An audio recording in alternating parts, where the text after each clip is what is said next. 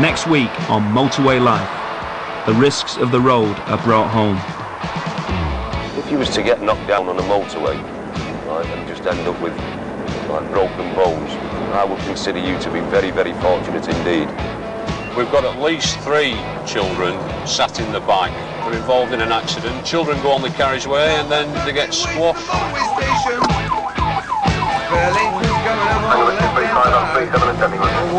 Headlights shining, driving rain on the window frame. Little young lady started stitching a ride. And Motorway Live can be seen next Saturday at the same time, beginning at 8:15. Meanwhile, at 9 tonight, time's running out for Jack and Recall in London's Burning. 7, 9, I don't know what line. Motorway sun coming up with the morning light.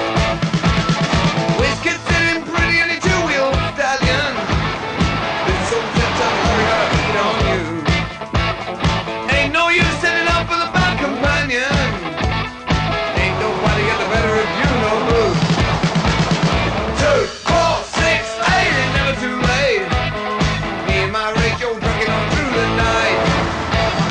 3, 5, 7, 9, under the white line.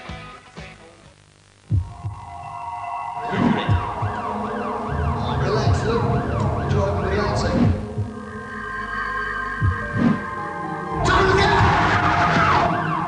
You've got a nerve. I'm sorry. I just wanted to pay my respects. Jane, don't. Do you know what this is? This is harassment. I'm really very sorry. Yeah, you will be. Testing times for Tony in the Bill, Tuesday at 8 on ITV. Next, the news and sport from ITN.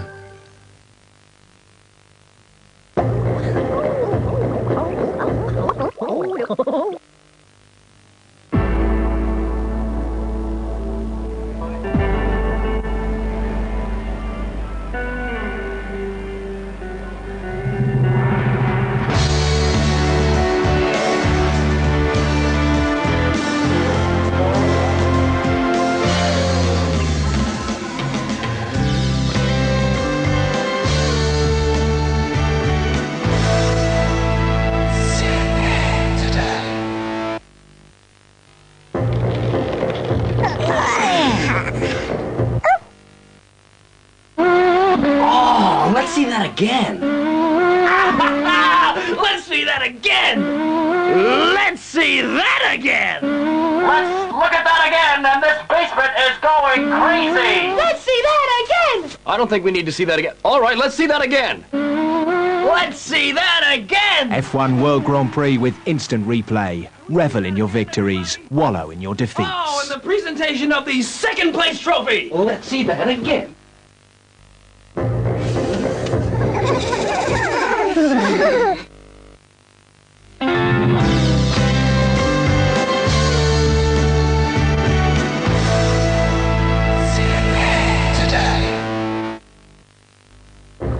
British Gas can guarantee cheaper electricity than your local supplier until the year 2001. To apply, call British Gas on 0845 604 2001. Uno are like no other three-piece sweet superstores you've ever seen. They're huge, absolutely massive. In fact, the most immense display of sweets anywhere, which makes us the biggest in Britain. Uno have got the lowest prices in Britain, and like for like, we'll beat every price and offer guaranteed. Hurry, this offer ends soon. Uno at Charlton, Croydon, Slough, Staples Corner and Thurrock.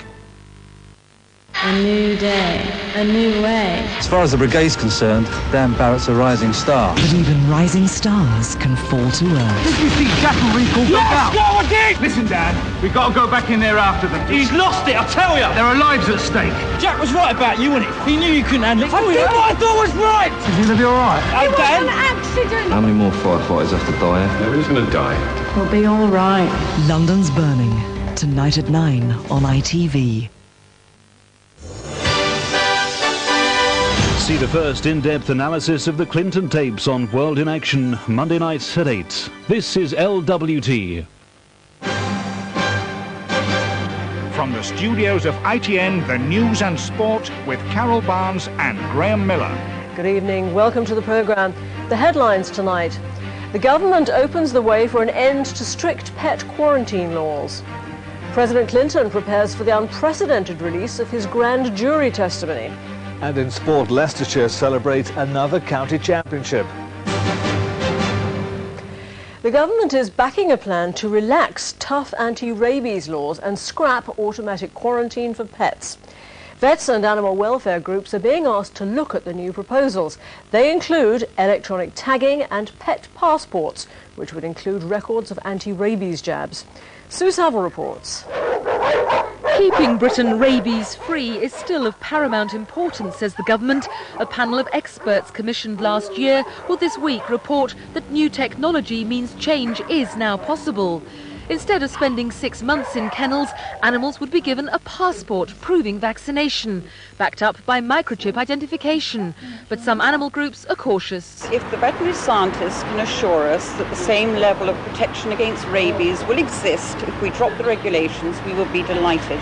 But some vets have already expressed concern about abandoning Britain's strict anti-rabies system.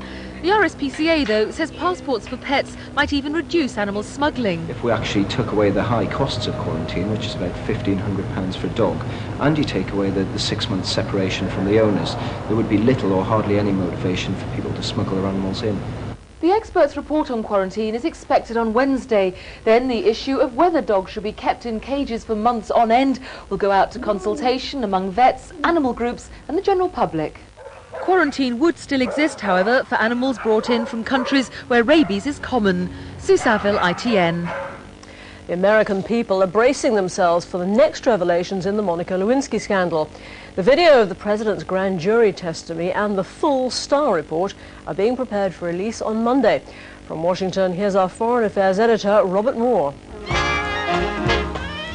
After a week that left him badly wounded but still intact, for a few hours last night, Mr. Clinton found some solace. Despite the scandal that seems set to destroy his presidency, he relaxed at a White House jazz concert, even managing to explain why he opted for life pursuing politics and not music. I knew I'd never be as good as these guys, so I figured I had to get a day job. It was only the shortest of respites. While he was there, thousands of pages of evidence that is the case against him was being moved from Congress to the printing presses. On Monday, America will be simply swamped with transcripts and videotapes, dumped into the public domain. Not just the 4 hours of presidential video testimony, but the graphic descriptions from Monica Lewinsky of her sexual encounters in the Oval Office. Many Republicans believe not even Mr. Clinton will survive all of that humiliating detail. And I believe that he will and should be removed from the highest office of our land. What no politician, no pollster and no pundit can know, because it has never happened before, is how ordinary Americans will react to this tidal wave of explicit material, all of which will be released on Monday morning. Robert Moore, ITN, Washington. Here, childcare experts have welcomed multi-million-pound government plans to improve protection for children in care and on at-risk registers. Social workers in England are to receive tough new guidelines, but tonight their director said they don't deserve to be made scapegoats. Our political correspondent Hugh Pym reports.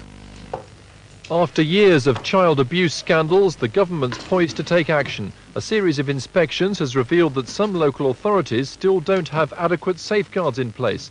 That's despite infamous cases like that of Ricky Neve, abused and strangled to death, and of systematic abuse of children in homes like this one in North Wales. Frank Dobson, the Health Secretary, will unveil a care review, including more central monitoring of social services and improvement targets for local authorities. There'll be a funding package of £100 million or more over 3 years.